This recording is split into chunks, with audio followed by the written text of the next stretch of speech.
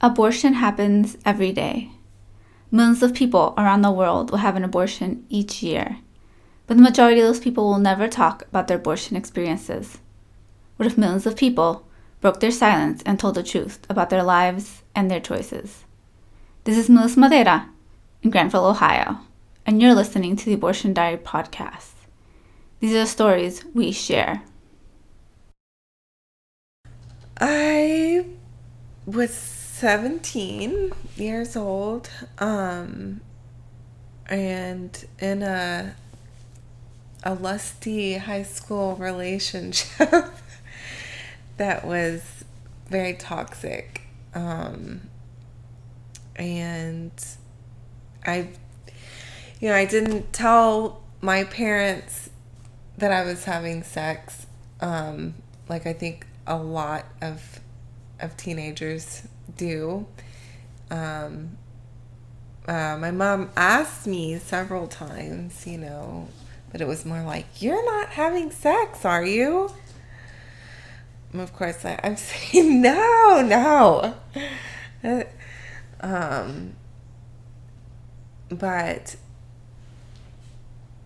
But she never really, it was never really an acceptable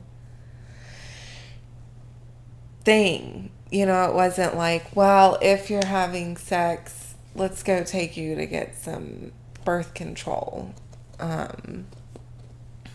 So granted, I haven't been in my mother's situation, and I don't know how I would be, but I like to think that I would have a more open discussion and options in a relationship about that with my daughter especially, but definitely my son too. So I went to Planned Parenthood first I took a home pregnancy test, and it was like a half yes. So I needed, confirmation. So I took a friend to Planned Parenthood, downtown Atlanta, and, it wasn't as friendly as I had hoped that it would be, and thought it should be. And, so they did the P test, and I went into a room to talk to a woman to tell me about my results, and she started crying. And, as she was telling me that I was pregnant, and she was crying and asked me if I knew what I wanted to do. And I don't know if she was crying because she had been in this situation so many times, and it could be wearing, to see a lot of young women, or women, period, deciding to abort their baby, or if she had a personal opinion about it, or if she already knew what my decision was going to be. At the time, I felt like it was unfair to me for her to be crying. But in hindsight, it's kind of moving, actually. So, and I told her that, I wanted to abort the baby, and she helped me get signed up with Medicaid to help pay for it, and probably gave me some clinic information. And I was sent into another waiting room after that, and I can't remember why, but there was a purse on a chair that for some reason I wanted to sit in that chair, and there weren't a whole lot of other chairs. But anyways, I guess it had belonged to another girl that was there. And she got a big attitude with me about moving her purse. And then proceeded to ask me if I had just found out that I had AIDS or HIV. And that really upset me because, and then she asked, oh, well, you just found out you were pregnant. And, really felt like we were in a place where people find out a lot of different things about their life. Whether an HIV is like, I can't, HIV versus a pregnancy, I'm sorry, is like totally different and a horrible question to just outright ask somebody. So, and of course there are other women, and I'm just feeling like there's no camaraderie. And a place that's supposed to be safe to go. So I ended up leaving, and, I hadn't shown any emotion until I saw my friend, and we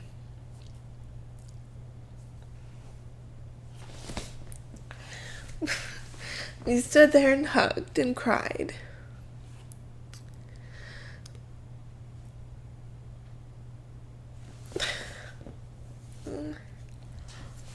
I didn't think this would happen.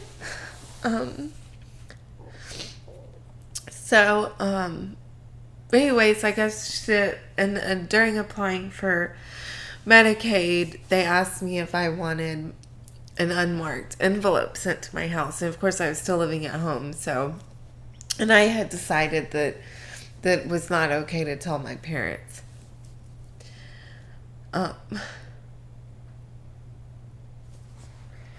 So, I'm like figuring everything out, and I'm like trying, making the appointment, and I guess at first I have to wait on Medicaid to process my application. So I come home one day, and my mother had an envelope in her hand, and it said DHR. And that's not really an unmarked envelope. I was like a little upset about that, because any mother that gets a DHR envelope with her daughter's name on it is going to probably open it and wonder what it is. So she did, and she confronted me and asked me why I was applying for Medicaid. And I think she already knew. I can't remember whether she said, "Are you pregnant?" or if I told her. And she was upset, but also I think she was hurt that I didn't feel like I could share that with her, and I didn't feel like I could confide in her.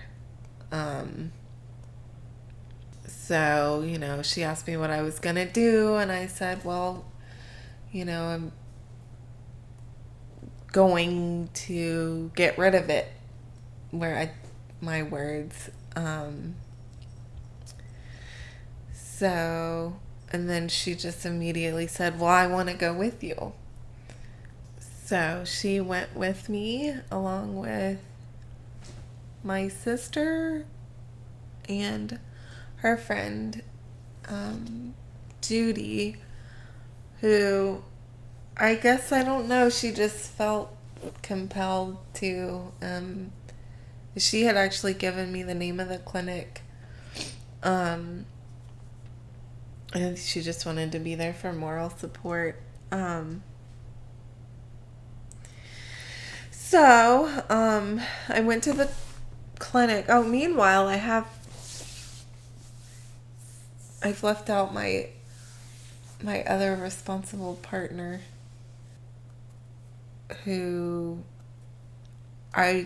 took me 2 weeks to even get in touch with him, to even talk to him. He had this, I couldn't tell whether he was home or not. I think a lot of times he would not answer the door knowing that I was there. So I finally was able to communicate with him and just tell him what I wanted to do. And, I felt like it was the right thing to let him know. And he didn't really have an opinion either way. I mean, I think he was a little, I don't know. He asked me what I would name the baby, which was really a jerk thing to say. But never offered to help me pay for it or go with me or really even ask me anything else. So, the day that I went to get the abortion performed,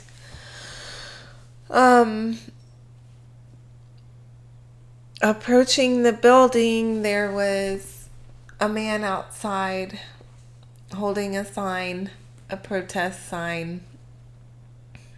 I don't remember what it said.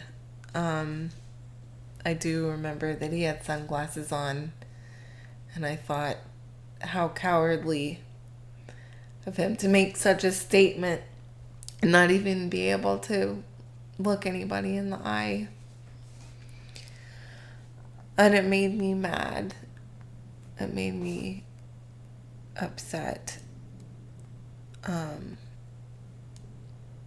But anyhow, I went in and, signed in, and I guess they perform an ultrasound to make sure everything's still there. And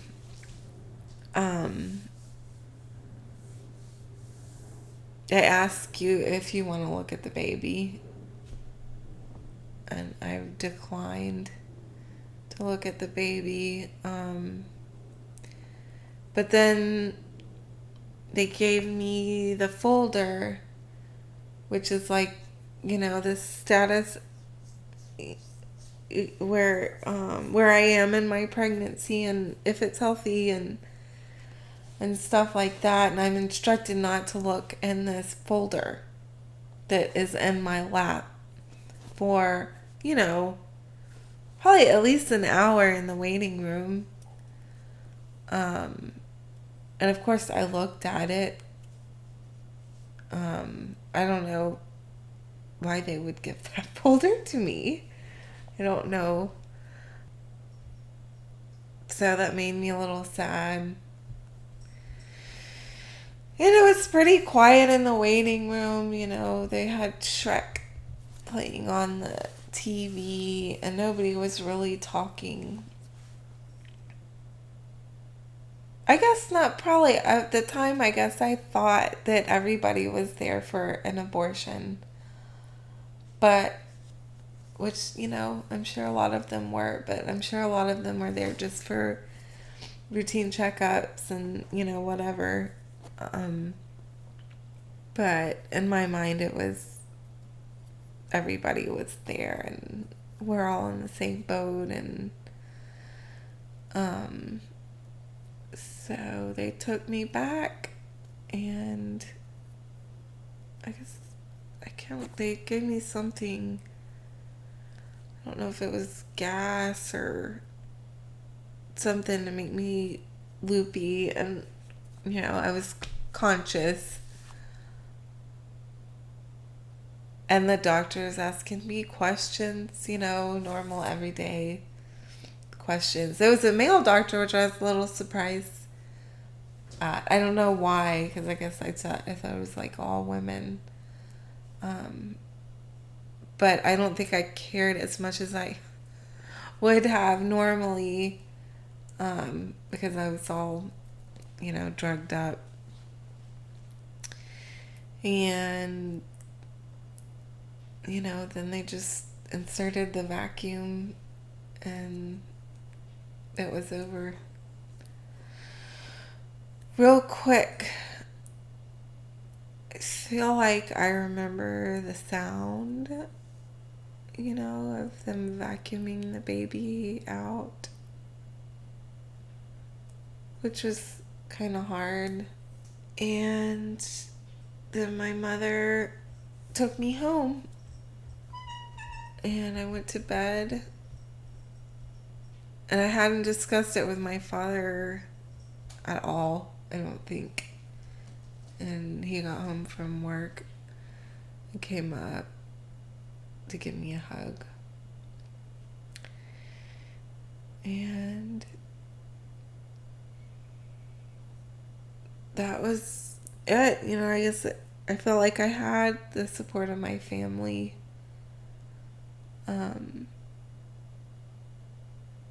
Which not a lot of other young women have. So, although I didn't tell my mom that I was pregnant, which I still feel guilty about to this day. I feel like that really hurt her a lot. Because she tried her best to be as there for me as she could, and I don't know why teenagers and young women and women, whoever, we like to keep secrets. That's it, really.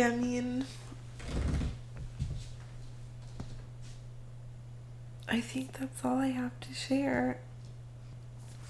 I wondered if you could maybe explain a little bit about why you felt you couldn't tell your parents, and then they ended up being so supportive. But why, at the time, did you think you couldn't tell your parents? I think it was because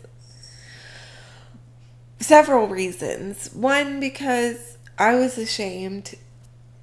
And because my mother, she kept telling me, well, you could get pregnant. And I suppose had I told her in the first place that yes, I was having sex, then she probably would have taken me to get birth control. And so, it was, one of those things where you don't think it's going to happen to you. And so I felt ashamed that I hadn't listened to my mother. And it was also the relationship. The relationship itself was always pretty secretive.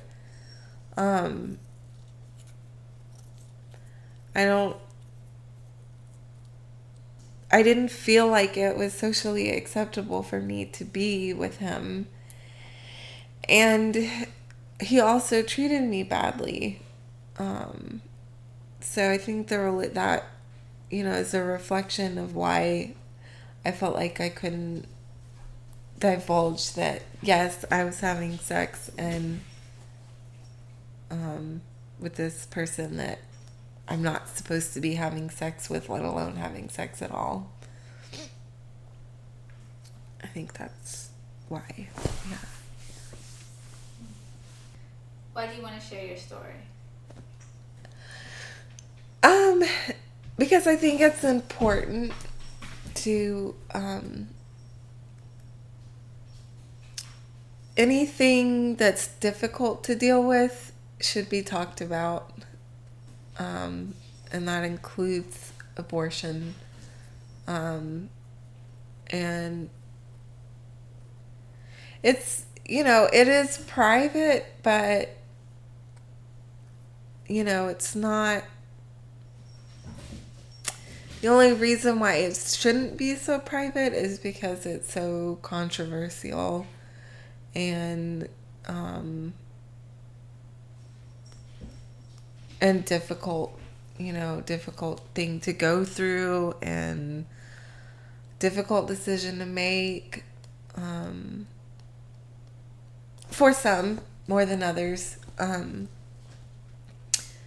But anything that can shed light and either dispel fears or even emotions. I think sometimes people think that because you have an abortion that means you don't care about the baby, or, you know, care about your actions, or that you're using it as a form of birth control, you know, which is really unfair to think, you know, to assume that somebody's a bad person or a immoral person just because, you know, they don't feel like it's the best decision for anyone, or even for just themselves, to bring a baby into the world, which is like a huge thing, to bring another human being into the world. So that's why I share my story. Is it something that you've shared with other people or often? No, it's not. Close friends, maybe. Significant others.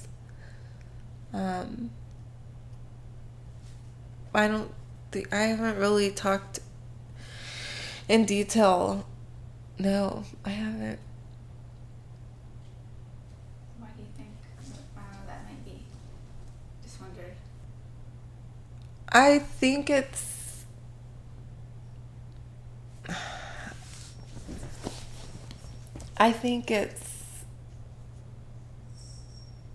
like, this might sound really weird, but the farther I got away from the abortion and the memory, and the less sad I felt about it. And then I started somehow trivializing it, that it wasn't that big of a deal, which to some degree I think is important, you know, because if it's such a big deal, then women aren't as likely to feel like it's a choice, you know. And so maybe, I don't know, I just started being like, oh, tons of other women have had this done, poor me, whatever, you know. I think that's part of why, you know, I don't really talk about it. Two, I guess, is just for obvious reasons. You know, you don't talk about controversial subjects, especially when you don't know how somebody else feels about it. You know, if you're going to be judged or attacked, or, you know, something like that. Do you think it's something you might talk about more often?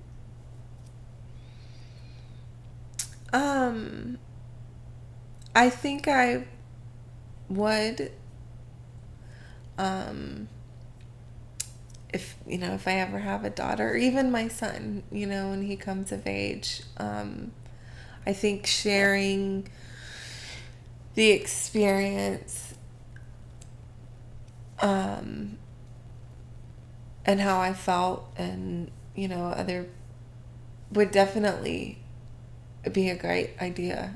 I don't plan on ever getting married again, but I suppose if I had another future partner of some sort, then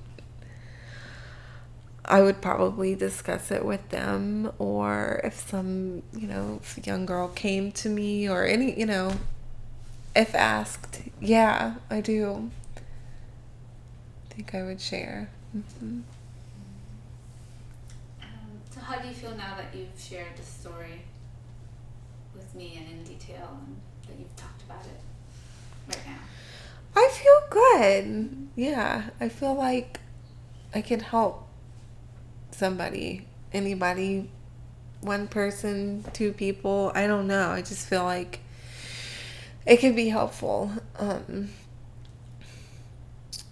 to, you know, potential, you know, to women that may be in that situation, or could get in that situation, or even to women that have already been in it, or having a more difficult time dealing with it than, say, myself, or just letting somebody else know that somebody else feels the same way, you know? Yeah. Kind of like group therapy. Yeah.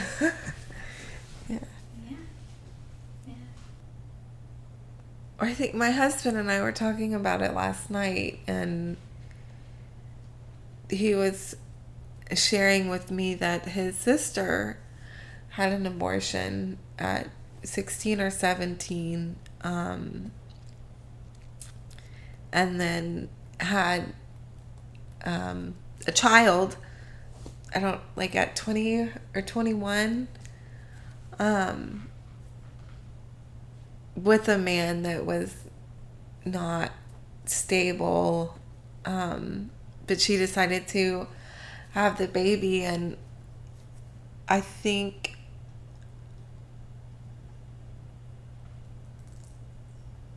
for me, even though mine was like 10 years later, I wasn't married, and I had dated my, current husband. We had been dating for like 3 or 4 months. But personally, I felt like given a second pregnancy was a gift, and that's not to say that women that have more than one abortion are, bad. But personally for me, and apparently my husband's sister, say that she felt the same way, that the first time it was the right decision, and the second time she was like, okay, I'll be a mom. Because I think after having my abortion, there was always some kind of underlying yearning on top of the biological clock ticking. There's the underlying yearning to have a baby. And not really so much out of guilt, but just not out of guilt. And just the desire just increased. I'm not really sure why. But not for the wrong reasons, I don't think. As always, for more information about the Abortion Diary podcast, visit us on the web at theabortiondiary.com or email me with your questions or comments. If you would like to share your story, send me an email at melissa@theabortiondiary.com or visit our website, click on Share Your Abortion Story, and fill out our contact form. If you're a fan of the podcast and would like to help us reach more folks, please subscribe on iTunes and write a review or rate this podcast. Your reviews and ratings will help us grow in the iTunes rankings and reach more people. I would also love to hear from you. You can also follow The Abortion Diary on Twitter or Facebook. And The Abortion Diary can't continue without your support. Support The Abortion Diary by making a tax-deductible donation to us on Fractured Atlas, or buying some of our wristbands or totes on Store Envy. And a special thanks to you for listening. I'll be back next week with a new story.